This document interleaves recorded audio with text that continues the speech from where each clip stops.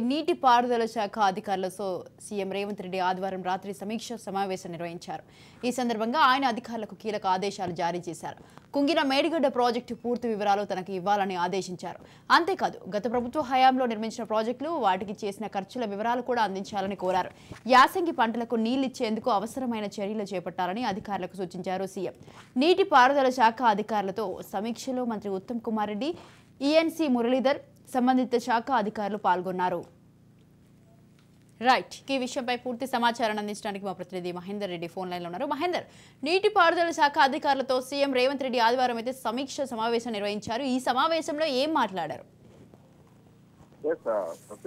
నీటిపారుదల శాఖపై తెలంగాణ ముఖ్యమంత్రి రేవంత్ రెడ్డి ఆదివారం సుదీర్ఘ సమీక్ష నిర్వహించారు. దీంట్లో ముఖ్యంగా కాళేశ్వరం ప్రాజెక్టు, మేడిగడ్డ, కాళేశ్వరంలో భాగమైన ఇవన్నీ కూడా మొదటి నుంచి కూడా కాంగ్రెస్ పార్టీ కాళేశ్వరం పైన అవినీతి జరిగింది. 1,00,000 కోట్ల ప్రజాధనం వృధా చేశారు.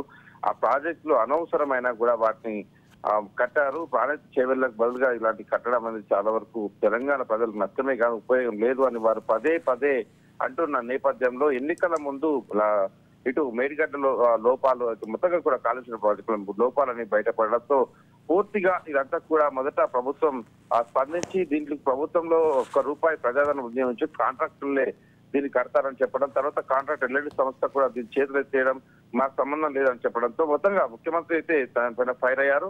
ఆ రకంగా నీటిపారుదల శాఖ పూర్తిగా రివ్యూ చేశారు. దీంతో సుదీర్ఘ సమీక్ష అనంతరం నీటిపారుదల శాఖతో పాటు ఇల్లో ముఖ్యంగా నీటిపారుదల శాఖ మంత్రి ఉత్తమ్ కుమార్ రెడ్డితో పాటు ఇంజనీర్లు సమావేశంలో పాల్గొన్నారు. యాసంగి పంటకు నీటి విడుదల అంశంతో పాటు మేడిగడ్డ బ్యారేజ్ అంశాలపైన కూడా రేవంత్ రెడ్డి సుదీర్ఘంగా సమీక్షించారు. యాసంగి పంటలు వేసిన రైతులకు ఎలాంటి ఇబ్బందులు తలెత్తకుండా కూడా ఉండాలని సూచించారు. ఇక కుంగిన మేడిగడ్డ ప్రాజెక్టు సంబంధించిన పూర్తి వివరాలు అందించాలని ఆ శాఖ అధికారులను సీఎం రేవంత్ రెడ్డి ఆదేశించారు. రాష్ట్రంలో ప్రస్తుతం నీటిపారుదల రంగం పరిస్థితిపై అధికారులు అడిగి తెలుసుకున్నారు. గత ప్రభుత్వ హయాంలో కొత్తగా నిర్మించిన ప్రాజెక్టుల ఖర్చులకు సంబంధించిన పూర్తి వివరాలు కూడా అందించాలని ముఖ్యమంత్రి కోరారు. అలాగే ఇతర రాష్ట్రాల్లో జల వివాదాలకు సంబంధించినటువంటి కృష్ణా ట్రిబ్యునల్ కావచ్చు, అలాగే వాటికి సంబంధించినటువంటి పూర్తిగా ఆ ట్రిబ్యునల్ వద్ద ఇలాంటి వాదనలు వినిపించాల్సిన వాదనలు కూడా ముందుగా ఇబ్బంది తలెత్తకుండా తీసుకోవాల్సిన చర్యలపై కూడా ఈ సమావేశంలో చర్చించినట్టుగా తెలుస్తుంది. సో నీటిపారుదల ఇప్పుడు వస్తున్న పంటలకు సంబంధించినటువంటి నీటికి సంబంధించి కావచ్చు, అలాగే ప్రాజెక్టులో డేటా కూడా కావాలి.